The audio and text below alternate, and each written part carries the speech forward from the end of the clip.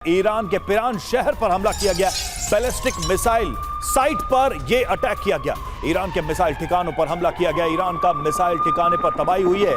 Ballistic मिसाइलों के गोदाम में आग की लपटें नजर आई हैं। तो आप समझ सकते हैं कि ये हमले कितने सधे हुए थे और कैसे इन ठिकानों को चिन्हित करके यहां पर हमले किए गए।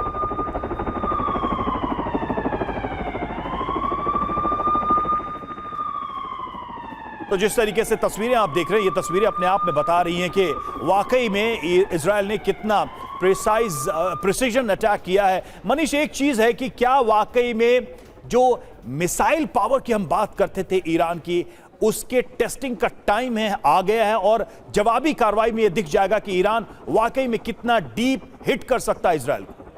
देखिए, आज जो अटैक हुआ उसके बाद तो ये साफ तौर पर दिख रहा है कि ईरान के पास अटैक करने की कैपेबिलिटी तो थी, लेकिन ईरान के पास डिफेंस नहीं था।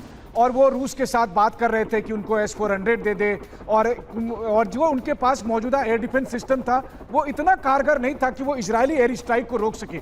इसलिए आप देखिए, ये जो तस्वीरें हम दिखा रहे हैं, ईरान की जो भी तथाकथित मिसाइल सिटी थी, जहां पर उनके बैलिस्टिक मिसाइल के भंडार रखे हुए थे, वहां पर जब स्ट्राइक किया गया तो ऐसा लग रहा है जैसे कि एक बड़ी दिवाली मनाई जा रही है। उस तरीके का अटैक हुआ है। आप देखिए, लगातार एक के बाद एक जैसे मिसाइल फट रहे हैं। तो ईरान के पास बैलिस्टिक मिसाइल थी, उनका काम था इजराइल पर अटैक। नहीं तो अगर मनीष, छोटा सवाल यह कि देश की रक्षा का तंत्र नहीं विकसित कर पाया, तो इसका मतलब है कि ईरान अकेला खड़ा है इजराइल के सामने और कोई साथ नहीं है इस वक्त।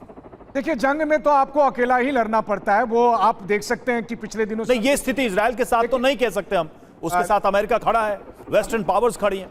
अभी तो सबसे बड़ी बात यह है कि जिस ईरान ने रूस यूक्रेन युद्ध में रूस को इतनी मदद दी, अभी फिलहाल रूस की तरफ से कोई जंग में सहायता नहीं दिख रही है और ईरान यहां पर हेल्पलेस होता हुआ दिखाई दे रहा है। जब उसके अटैक हो रहे हैं, उसकी टॉप मिलिट्री साइट खत्म, न्यूक्लियर साइट खत्म और उसके मिसाइल सिटी खत्म और टॉप मिलिट्री के जितने भी लीडरशिप है वो खत्म। इससे लग रहा है कि उनके पास कोई एयर डिफेंस सिस्टम नहीं था, या जो था वो कारगर नहीं था इजरायली स्ट्राइक को रोकने। और ये हमले इजराइल से ही किए जा रहे हैं या इराक में जो अमेरिकी बेसेस हैं वहां से भी हमले हुए हैं?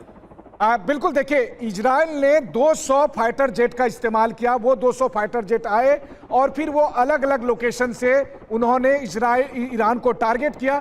बल्कि खबरें यहां तक आ रही है कि उसमें से बहुत से फाइटर जेट जो है वो ईरानी सीमा के अंदर आकर वहां से अटैक किया और इस दौरान जो ईरान के 17 फाइटर जेट थे उसको भी मार गिराने का दावा किया है। तो कितना कोऑर्डिनेटेड अटैक था कि 1500 किलोमीटर दूर से फाइटर जेट उड़ते हैं, 200 की संख्या में उड़ते हैं और एक के बाद एक चौतरफा आक्रमण होता है और ईरान के एयर स्पेस के भीतर से जाकर अटैक करते हैं। और रक्षा के लिए जब ईरान के फाइटर जेट आते हैं तो 17 फाइटर जेट को वहीं खत्म कर दिया जाता है। इससे बड़ा हमला नहीं हो सकता और इससे बड़ी चुनौती नहीं मिल सकती ईरान को।